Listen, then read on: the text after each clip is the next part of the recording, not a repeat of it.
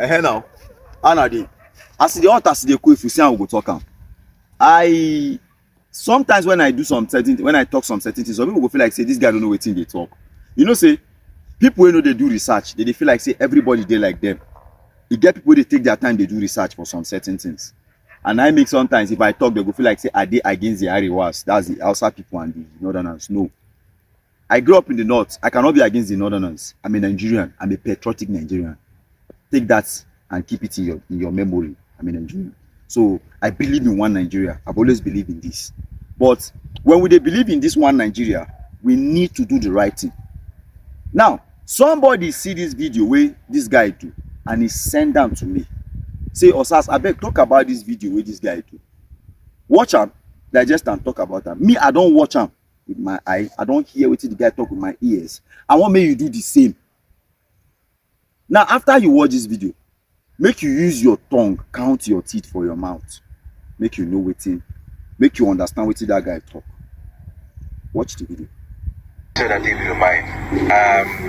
Those are the kinds of statements I don't expect to hear from a senior government official. And he's a man I tend to respect, because he's a hard-working individual, and he knows his onions when it comes to engineering and Ministry of Works and roads constructions and things like that. So I have a lot of respect for him. But particularly I felt offended by that statement, because I've said it on this program severally. I detest the dog whistling of an entire ethnic group in Nigeria. And let's call a spade what it is. It's becoming one too many that we want to consistently and continuously scapegoat the Igbo ethnic tribe in Nigeria, and it's unacceptable. It is unacceptable because there is a history of violence targeted at that group since 1953 in our country. Listen, Caesar, a meeting was held in Lagos, not necessarily a meeting, in Parliament. Anthony and Nahoro moved a motion for the independence of Nigeria. The North opposed that motion, and at the train station, when they were going back to their constituency, they met a crowd that was essentially mocking them. They got back to the North. Chief Akintola led a tour across the North, to campaign essentially for the independence, to rally the North in support of Nigerian independence. Guess what happened after that? Riots broke out in northern parts of Nigeria, particularly in Kano, where over 240 Igbos were massacred. Were they the ones that demanded for Nigeria to have an independence at that time?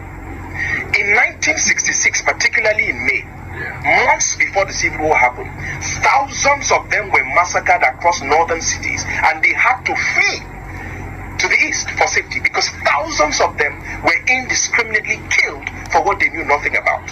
Right?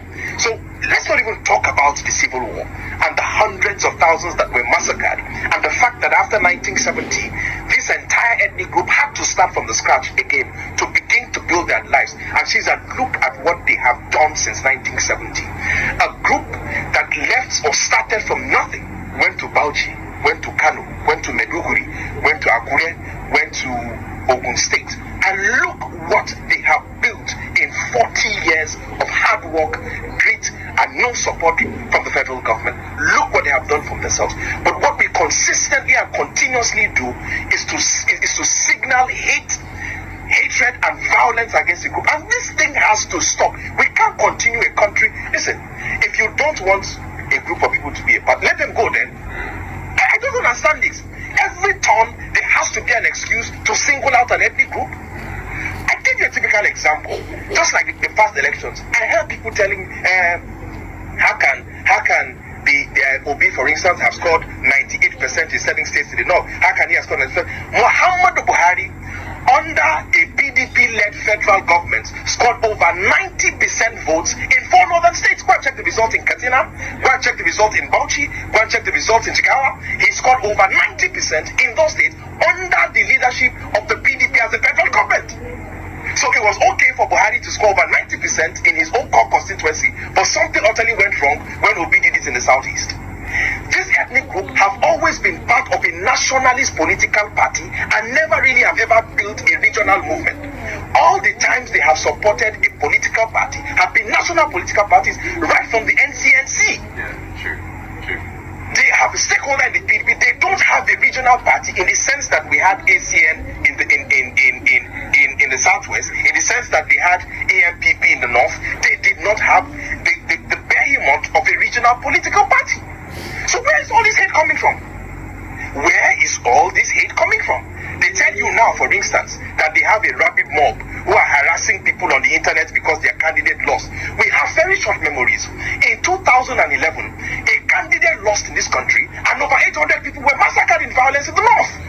I so know this because I personally saved 11 core members and were hidden in my father's hotel in Kano. So what are we saying? Now you don't watch the video, you hear it that guy. But if you truly watch that video, suddenly we are losing our minds that guy. because At some point in that video, that guy said when the thing happened, insulting you online, and even people don't know anything, and them now even rescue them from father hotel for Kano. Let us stop this ethnic dog whistling. Let us stop Once this now ethnic one understand, beating, say if and now this thing should not continue. if We now are outside one people people, they do this thing, one country. the Hausas for still dey as Nigerians. Now the question one won't ask una be that make una answer on ourselves. If now Hausa people, then they tell them, oh, say una no fit become president of this country in a democratic era. The Hausa people go still agree. If now Hausa people they marginalize, even when it comes to appointment and other things, then go agree, they no go agitate. Now wait till I want Mokuna just watch for that video. Mokuna watch for this video, then Mokuna tell me for the comment section if not them, what see them go do. I believe in one Nigeria rather. Nigerian youth. This thing that we get this, that will be the future of this country. Eh? You see these old ones, they will go one day. They are not avatar. They no be avatar. They no go live forever. They will go one day. So now we go remain. How far? Mokuna they ask the necessary question. And last. We get sense because it will help us.